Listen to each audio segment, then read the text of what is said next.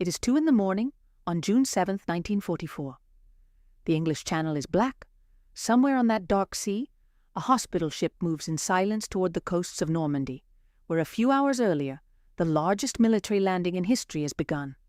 Inside that ship, locked in the bathroom for hours, is a 35-year-old woman with a backpack, a notebook, and the absolute determination to reach that beach even if she has to swim. Her name is Martha Gellhorn. She has no press credentials. The army has denied her access. Her own husband, who does have official credentials, did what was necessary to ensure she would not. And she's in that bathroom, in the darkness, crossing the channel toward the most important battle of the 20th century. Her husband, in case you haven't guessed, is Ernest Hemingway, the most famous writer of the century, the Nobel laureate, the man whose face appears in thousands of textbooks, whose name defines an entire era of American literature. And in June 1944, while Martha Gellhorn hid in the bathroom of a hospital ship to reach Normandy, Hemingway was on the deck of a landing craft with his official credentials in his pocket, observing the invasion from a distance. He did not set foot on French soil for days. Martha did. Martha landed in Normandy, worked as a stretcher-bearer, helped collect the wounded, and wrote the story. The question this video asks is simple and brutally unfair to history. Why does everyone know Hemingway, and so few people know Martha Gellhorn? The answer to that question is the story of this video. And it is also, though you won't know this until the end, the story of something far larger than a toxic marriage and a professional rivalry. It is the story of someone who covered the Great Depression, the Spanish Civil War, the Second World War, the liberation of Dachau, the Vietnam War, the Arab-Israeli Wars, and the invasion of Panama. That last one she covered at 81 years old. 81. When other journalists of her generation had been retired or dead for decades, Martha Gellhorn was in Panama, in the poorest neighborhoods of the city, writing about the civilian victims of a war the world did not want to see. This is her story. Stay, because I guarantee that when you finish this video, you will know perfectly well why in 2026 the world is rediscovering her, and why it took so long. Martha Ellis Gellhorn was born on November 8, 1908, in St. Louis, Missouri. If you're picturing the deep conservative America of the early 20th century, St. Louis would fit that image. But the Gellhorn family was a radical exception to everything that city represented. Her father, George Gellhorn, was a gynecologist of German origin with Jewish ancestry. Her mother, Edna Fischel Gellhorn, was an active suffragist, founder of the St. Louis League of Women Voters, someone who understood politics not as spectacle, but as an instrument of change. When Martha was 7 years old, her mother took her to a demonstration in the streets of St. Louis, where 7,000 women were demanding the right to vote in front of the Democratic Party convention. It was 1916. Martha, in that demonstration, was among the girls representing future voters. It was not a game, it was her education. The Gellhorns founded the John Burroughs School, a progressive private school based on equal treatment between students regardless of gender. It was the kind of institution that in 1920s America was almost provocative. A place where a girl could expect the same treatment as a boy, where intelligence mattered more than family name, and where Martha Gellhorn learned to write for the school magazine with the same seriousness that other students brought to preparing for the best law firms in the country. When she graduated in 1926, she went to Bryn Mawr College, one of the finest women's universities in the United States. Katharine Hepburn had preceded her by 2 years in those same classrooms. Martha lasted 3 years. The place bored her. In 1929, at 20 years old, certain that the classroom was not her place, she left university and went in search of the world. The world, at that moment, meant Paris. It was the destination of an entire generation of Americans who wanted to be writers and journalists, and who understood that Europe was the laboratory where everything interesting was happening. She arrived in France with $75, a typewriter, and a couple of suitcases. She went directly to the New York Times office in Paris to ask for work. The bureau chief laughed at her, literally laughed. He didn't hire her. Gellhorn found work at the United Press, the rival news agency, but was fired after reporting that a superior had sexually harassed her. It was the 1930s. There was no legal protection for what had happened to her, and the only consequence of having told the truth was that she lost her job. It was Martha Gellhorn's first confrontation with the system that would define her entire life, the system not designed for people who say what they see. But the system did not stop her in 1929, and it would not stop her at any subsequent point. After Paris, she traveled through Europe, worked as a correspondent for the St. Louis Post-Dispatch, wrote for the New Republic, and in 1934 published her first novel, What Mad Pursuit, a barely disguised portrait of a young journalist making her way in a hostile world. It was so autobiographical that the critics who knew her recognized themselves in it without anyone having to tell them. The world Martha Gellhorn arrived in with her typewriter in 1929 had not yet finished deciding whether women could have opinions in public spaces, let alone whether they could report wars. Female war correspondents existed, but they were the exception. The system tolerated with the condescension of those who believe an exception doesn't change the rule. The rule was that wars were covered by men, that men had access to generals and press briefings and military transport, and that women, if they wanted to be in a conflict zone, had to get that access through their own means or simply not be there. Martha Gellhorn consistently chose to be there, even when being there required locking herself in the bathroom of a hospital ship. What turned Martha Gellhorn into a journalist in the truest sense, in the sense she herself would have used that word, was not the novel. It was her work for the Federal Emergency Relief Administration, Roosevelt's agency to combat the effects of the Great Depression. In 1934, Harry Hopkins, one of the most influential men of the New Deal, hired her as a field investigator. Her job was to travel across the United States and document how the most severe economic crisis of the 20th century was destroying the lives of millions of people that the official statistics system turned into numbers. Martha Gellhorn turned those numbers into people. She went to Gastonia, North Carolina, where textile factory workers lived in conditions that government reports could not describe, because government reports did not have the vocabulary to describe the humiliation of poverty. She collaborated with Dorothea Lange, the photographer who immortalized the migrant mother with her face of absolute defeat. Lange captured with the camera what Gellhorn captured with words: the concrete texture of suffering, the details that give a collective tragedy a face and a name.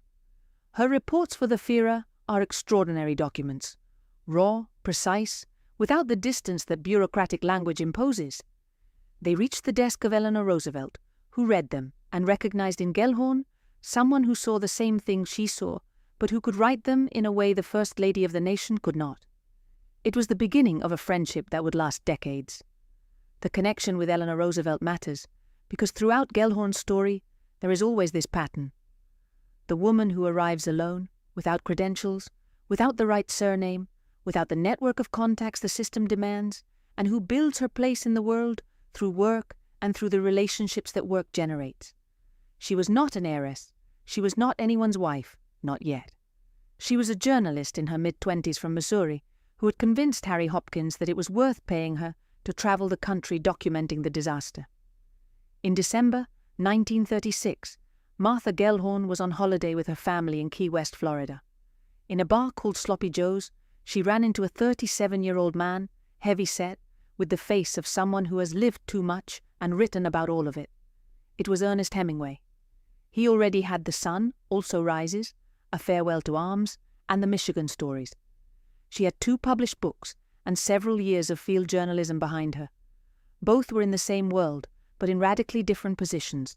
Hemingway was the legend, Gellhorn was the promise. The conversation at Sloppy Joe's was, according to those who know the story, so electric that when Hemingway said he was going to Spain to cover the Civil War, Gellhorn decided she was going too.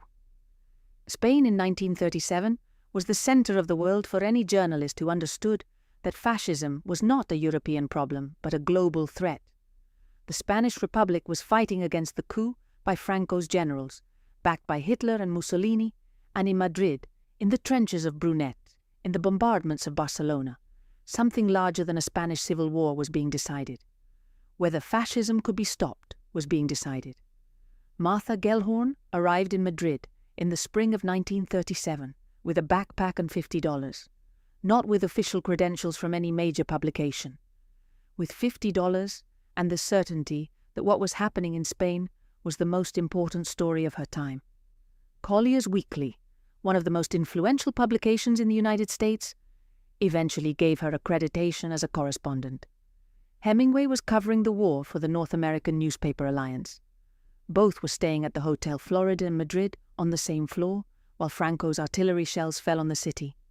It was the kind of proximity that produces definitive loves or hateful rivals, and at the Hotel Florida in Madrid in 1937, among the war correspondents covering the siege of the Republican capital, it produced a love that would last 4 years and a war that would last decades. The Madrid of 1937 that Gellhorn found when she arrived with her backpack was a city being systematically destroyed by Franco's air force and by the shells of the troops besieging the Republican capital. The Hotel Florida, where foreign correspondents stayed, was one of the buildings most frequently hit by shells because the Francoist artillerymen knew there were journalists inside and that killing foreign journalists was publicity they couldn't afford. The irony was that the Hotel Florida was precisely where you needed to be if you wanted to be close to the story. Gellhorn and Hemingway were not the only correspondents at the Hotel Florida. Virginia Cowles, the British journalist who would become one of Gellhorn's closest friends, was also there. Herbert Matthews of the New York Times. Antoine de Saint-Exupéry, who had not yet written The Little Prince but was already a pilot and writer the world knew. It was the densest concentration of journalistic talent that has probably ever been in a single building under artillery fire. And in that context, Gellhorn's dispatches stood out for the same reason they always would. They were written from where ordinary people were, not from where the generals were. Her line about Spain is one of the most cited in her work. This country's too beautiful for the fascists to have it. They have already made Germany, Italy and Austria into something so repugnant that even the landscape is ugly. It was the kind of prose that editors of the 1930s called passionate, and that journalists today would call advocacy journalism. It was also exactly the prose that needed to be written at that moment, because the fascists were winning, and neutral reports describing military advances without taking a position on what those advances meant for the people who suffered them were a form of lying by omission. What Gellhorn wrote from Spain was not the kind of journalism Hemingway wrote. Hemingway wrote from strategy, from epic, from the perspective of the combatant. Gellhorn wrote from hospitals, from the basements where civilians waited for the bombardment to end, from the shelters where mothers pressed their palms over their children's ears so they wouldn't hear the shells. The Washington Post, decades later, would say that her dispatches from Spain revealed a talent for observation without concession, and were better than Hemingway's. That was not a minority opinion. It was the evaluation of anyone who read both of them without the filter of the fame that surrounded the Nobel laureate. The Spanish Civil War ended in 1939 with Franco's victory. Gellhorn and Hemingway married in November 1940 in Cheyenne, Wyoming. They settled at the Finca Vigía, a 19th-century estate 12 miles from Havana that Hemingway would purchase, and that would become his permanent home. It was the life he wanted. The large house, the brilliant woman at his side, the writer in his study. It was not exactly the life Martha Gellhorn wanted. She wanted to move. She wanted to be where things were happening. She found it physically unbearable to read wire agency reports about what was happening in Europe while she was in Cuba, renovating a house. The tension between the two grew with every assignment she accepted. He wrote to her from Cuba, asking when she was coming back. She wrote to him from the fronts, asking if he didn't want to come. In 1943, when she left the finca to cover the Italian campaign for Collier's, Hemingway sent her the letter that has become the symbol of everything that was wrong with that marriage. Are you a war correspondent or a wife in my bed? The question assumed the two things were mutually exclusive. It was the question of someone who could not conceive of a woman choosing the first over the second. And it was also, without Hemingway knowing it at the time, the question whose answer was going to destroy the marriage. Gellhorn was a war correspondent. She was one with a dedication Hemingway could not sustain, because Hemingway had decades of habits and privileges that made war for him more of a literary adventure than a moral obligation. For Gellhorn, covering the war was not an aesthetic choice. It was a responsibility. It was the only way she knew to combat what she called the greatest crime of the century: silence in the face of injustice. The definitive break began in 1944, when Hemingway accomplished what was, in practical terms, the pettiest blow of his professional life. He stole Gellhorn's Collier's accreditation. The logic was simple and brutal. Allied military media rules allowed only one accredited correspondent per publication at the front line. Gellhorn wrote for Collier's. When Hemingway offered his services to Collier's to cover the Normandy invasion, the publication accepted, which automatically displaced Gellhorn. The most famous war correspondent in the world was offering to cover the largest military event in history. What editor in the world would have said no? The result was that when the time of the landing came, Hemingway had credentials, military transport, the support of the army, and the guarantee that his copy would reach Collier's bearing the weight of the most famous byline in American journalism. And Martha Gellhorn, who had covered the war for Collier's for years, who was the journalist who had convinced the publication that she was worth having as a correspondent, found herself in London without credentials, without transport, and without any legal route to do the work she considered her obligation. The specific cruelty of what Hemingway did with the Collier's credentials in 1944 is difficult to understand without the context of what Gellhorn had built at that publication over years. Collier's Weekly was not Martha Gellhorn's employer by accident or courtesy. It was her employer because Martha Gellhorn had demonstrated for years that she could produce frontline journalism from any theatre of operations in the world. She had convinced the editors it was worth financing her trips to Spain, to Finland, to China, to Italy. She had built her position at Collier's dispatch by dispatch, war zone by war zone. When Hemingway walked into the Collier's offices in 1944, offering to cover the Normandy landing, he was using the capital of fame he had built over decades to displace the journalist who had built her position at that publication through work. It was the oldest mechanism in the world, the man with the famous surname arriving late and with fewer real credentials but more public visibility. The Collier's editor did not make a moral decision. He made a commercial one, and the commercial decision was that Hemingway's name on the cover sold more than Gellhorn's. What she did next is the story that in 2026 is traveling across digital platforms as if it had just happened. She investigated which ships were crossing the channel in the hours before and during the landing. She found a hospital ship that would carry doctors and nurses to collect the wounded from the beaches. She managed to get on board under the pretext of interviewing the nurses. And when the ship put to sea, she locked herself in the bathroom and waited until they were too far out for it to make sense to take her back. When the ship reached the beaches of Normandy, Gellhorn did not observe the landing from the deck. She went out with the stretchers. She helped collect the wounded. She saw what a recent battle leaves on the bodies of young men. She took notes, and she wrote the only report in existence by a journalist who was physically on the beaches of Normandy on the day of the landing. Hemingway, who had all the credentials and all the support, observed the invasion from the deck of a landing craft and did not set foot on French soil until days later. The irony is so perfect that if someone invented it for a novel, the editor would say it's too obvious. The consequences for Gellhorn were immediate and severe.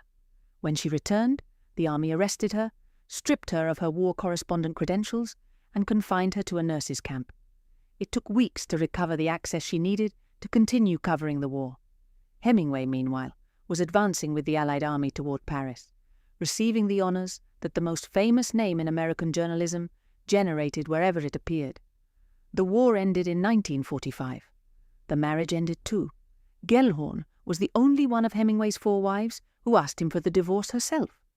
Hemingway's other marriages ended when he fell in love with another woman. This one ended when she decided she had had enough. It was the difference that defined Martha Gellhorn in every context where we find her. She did not wait. She acted. But before the marriage ended, Gellhorn did something that would complete her definitive break, with any possibility of remaining on the margins of history. On April 29, 1945, American troops liberated the Dachau concentration camp near Munich. Martha Gellhorn was there. Her article on Dachau has become one of the most cited journalistic texts of the 20th century. Not for its style, though the style is extraordinary, but for what it does. It forces the reader to see what the reader would prefer not to see. She wrote about prisoners who ran toward the electrified fence in their joy at being free and were electrocuted before they could embrace their liberators. She wrote about those who died because the army gave them food before their bodies could process it, after years of starvation. She wrote about the skeletons who sat in the sun and picked lice from each other's skin because that was the activity they had learned to do to pass the time during the years they had been in the camp. She wrote with the clinical coldness of someone who knows that the only way to make the reader understand what they are seeing is to not stand between the reader and the facts. In an interview she gave to John Pilger in 1983, she spoke about Dachau in the voice of someone who has never been able to fully process what she saw. It was a voice without self-pity, without the tone of someone seeking recognition for having survived something difficult. It was the voice of someone who had seen the worst that human beings can do to one another, and who had decided that the only possible response was to keep looking and keep writing. After the war, Gellhorn did not retire. She covered the Nuremberg trials. She covered the Arab-Israeli wars. She covered the Vietnam War for the British Guardian in 1966 with such force against American intervention that the South Vietnamese government expelled her, making her the only correspondent ever banned by that government. Her Vietnam coverage was not the coverage of someone describing battles. It was the coverage of someone who went to the hospitals full of children burned with napalm and wrote exactly what she saw. It was the kind of journalism that governments prefer did not exist. There was something in Gellhorn's philosophy of journalism that set her radically apart from the academic debates about objectivity and neutrality. She had a word for objectivity when applied to situations of flagrant injustice. She called it objectivity bullshit. Her argument was simple and devastating. When there are victims, when children are dying, when people are suffering because of decisions made by powerful people who will never suffer the consequences, journalism cannot maintain equidistance between those who cause the harm and those who bear it. Journalism that pretends to do that is not neutral. It is complicit. It was a position that cost her enemies in the profession. It was also a position that history has consistently vindicated. The journalists who covered Vietnam the way Gellhorn covered it, who went to see with their own eyes what napalm did to the bodies of Vietnamese civilians, produced the journalism that ultimately changed American public opinion about the war. Those who stayed in army briefings and reproduced official communiqué produced the kind of journalism that today is called propaganda. In 1989, at 81 years old, Martha Gellhorn went to cover the American invasion of Panama. She did not go to press conferences. She did not go to interview generals. She went to the El Corrillo neighborhood in Panama City, which had been bombed during the operation, and whose civilian inhabitants, the poorest people in the city, were the ones who had paid the real cost of the operation. Her texts from Panama have the same texture as her texts from Spain 52 years earlier. The gaze fixed on the concrete people that official language converts into collateral casualties. Gellhorn's last years were those of a woman whose body was betraying her in ways she found unacceptable. A failed cataract operation in the 1990s left her nearly blind. Ovarian cancer, liver cancer. She kept writing when she could. When she could not see well enough to write, she dictated. On February 15, 1998, in her London apartment, Martha Gellhorn took a lethal dose of pills. She was 89 years old. She had covered wars for 60 years. She had seen the worst the 20th century had to offer, and she decided she did not want her ending to be that of someone waiting for the body to finish on its own what she could finish with more dignity. Hemingway died in 1961, also by his own hand, almost 40 years earlier. He died as the most famous writer in the world. His books still sell in the millions. His name is an adjective, Hemingway-esque. There are bars around the world advertising themselves as places he frequented. There are tours of his house in Key West. There are tours of the Finca Vigía in Cuba. The cultural industry built around Ernest Hemingway is one of the most solid and most profitable in 20th century literature. Martha Gellhorn, for decades, was in many of those tours and many of those books a footnote. The third wife, the one who went to war instead of staying in Cuba, the one who asked for the divorce, the one who refused to be a wife in his bed. It was exactly the definition of footnote that she herself rejected in the phrase that has become her most cited legacy. Why should I be the footnote to someone else's life? I have been a writer for over 40 years. I was a writer before I met him. I have been a writer for 45 years since I left him. It was her answer to the question the world kept asking her decades after the divorce. And it was also the most precise description of what her life was.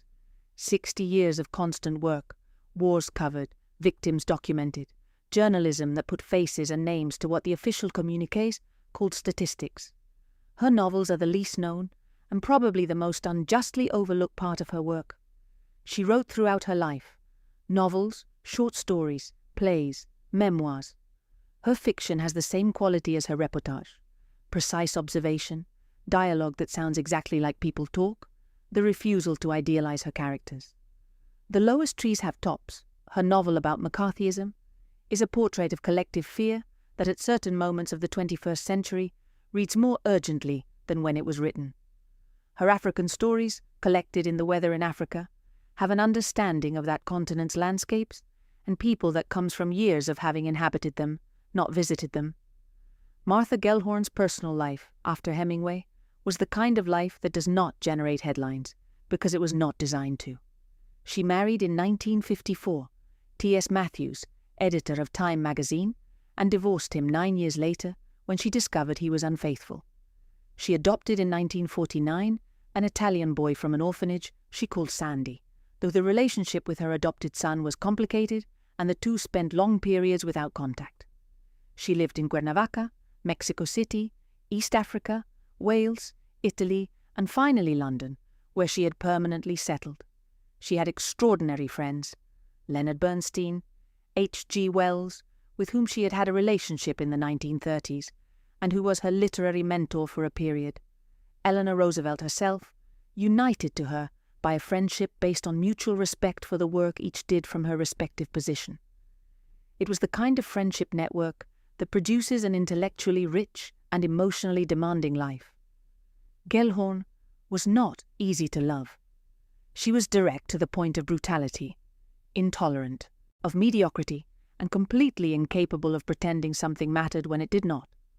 Martha Gellhorn's connection to Spain is one of the reasons her figure has a special resonance for Spanish-speaking audiences that the Anglophone market does not always fully see.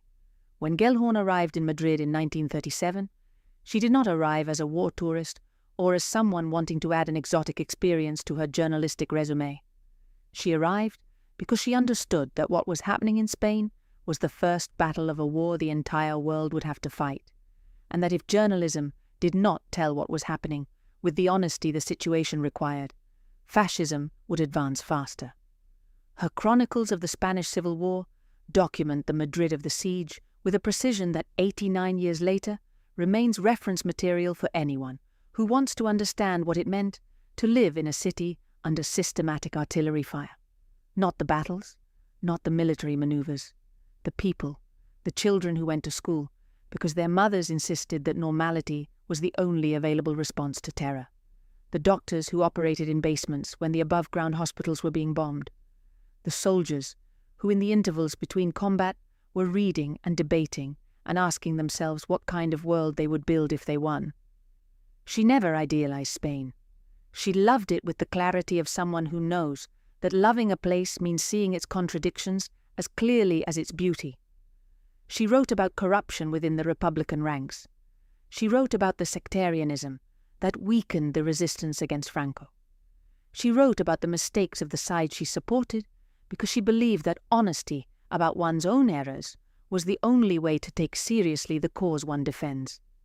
It was the kind of critical loyalty that political movements rarely know how to handle, and that journalists who sympathize with them rarely produce. There is something in the story of Martha Gellhorn that says something important about the 20th century's narrative that deserves to be named explicitly. It decenters it. The 20th century, as told from textbooks and from the great names of American journalism and literature, is a century of men. War correspondents are men. The novelists who define the era are men. The voices we remember when we think of how the 20th century narrated itself are predominantly male. Martha Gellhorn is not the only exception to that rule, but she is one of the most complete. A woman who was physically present at the largest events of the century, who covered them better than most of her male colleagues, and who spent decades invisible in the canon precisely because the canon was not designed to see her. The reason Martha Gellhorn is experiencing in 2026 the greatest visibility she has had since her death is not accidental. It is the result of a convergence of factors. Julia Cook's book, Starry and Restless, published in February 2026, which places her alongside Rebecca West and Emily Hahn as three women who changed journalism and the world. The documentary, Trained to See, circulating at international festivals, which shows her perspective on the liberation of the concentration camps. Articles in Jot Down and Infobay recovering her for Spanish-speaking audiences. And the renewed interest of digital media in historical figures who challenge the official narrative. But there is something deeper than the editorial moment. Gellhorn is re-emerging in 2026 because the world of 2026 has a specific need for reference points like her. In a period when the distinction between information and propaganda has become harder than ever to draw, when media outlets are captured by interests that make independent information almost an act of resistance, the figure of a journalist who called false neutrality, objectivity bullshit, and who took the side of victims with the precision of a scalpel and the consistency of an entire life, has a relevance that no editorial moment can manufacture. She was also, and this is what no market study can fully capture, an extraordinary writer. Not only a journalist, a writer. Her reports have the sensory texture of good fiction, the weight of the air on the bombing nights in Madrid, the smell of Dachau, the sound of the wounded on the beaches of Normandy. She wrote as someone who knows that the only way to make a reader feel what she felt is to give them the exact details that allow the brain to reconstruct the experience. She did not tell, she showed. It was the difference that divides journalists from writers, and Gellhorn was both at the same time. The most quoted phrase of Martha Gellhorn is this: "Why should I be a footnote to someone else's life? I've been a writer for over 40 years. I was a writer before I met him. I've been a writer for 45 years since I left him." It was her answer to the question the world kept asking her decades after the divorce. And it was also the most precise description of what her life was. 60 years of constant work, wars covered, victims documented. Journalism that put faces and names to what the official communique called numbers. In 2026, while the world rediscovers Martha Gellhorn, something is worth remembering. She did not need to be rediscovered. She was always there. She was always writing. What she needed was for the world to finally stop looking at Hemingway long enough to see what was beside him. And it turns out that what was beside him was better, more honest, braver, more lasting in its consequences for how we understand what it means to tell the truth when the truth is uncomfortable for the powerful. There is a final story about Martha Gellhorn that summarizes everything she was. In 1983, John Pilger, one of the most respected journalists in the English-speaking world, interviewed her for a documentary about war journalism. Gellhorn was 74 years old. She had spent 4 decades covering wars, and when Pilger asked her about Dachau, about what she had felt upon seeing the liberated concentration camp, her response was not that of someone trying to convey the enormity of what she saw. It was that of someone who, 38 years later, had still not completely finished processing what she saw. It was the unadorned voice, without therapeutic distance, of someone for whom certain memories do not become manageable with time. They only become clearer. That interview is available on YouTube. It is one of the most important video documents that exists about 20th century journalism. Not for what Gellhorn says about Dachau specifically, but for what it demonstrates about the kind of person she was. Someone for whom honesty was not a policy, but a condition of possibility. Someone who could not speak differently from how she thought, because the gap between the two was physically intolerable to her. It was what made her difficult to love and extraordinary as a journalist. The inability to be anything other than what she was.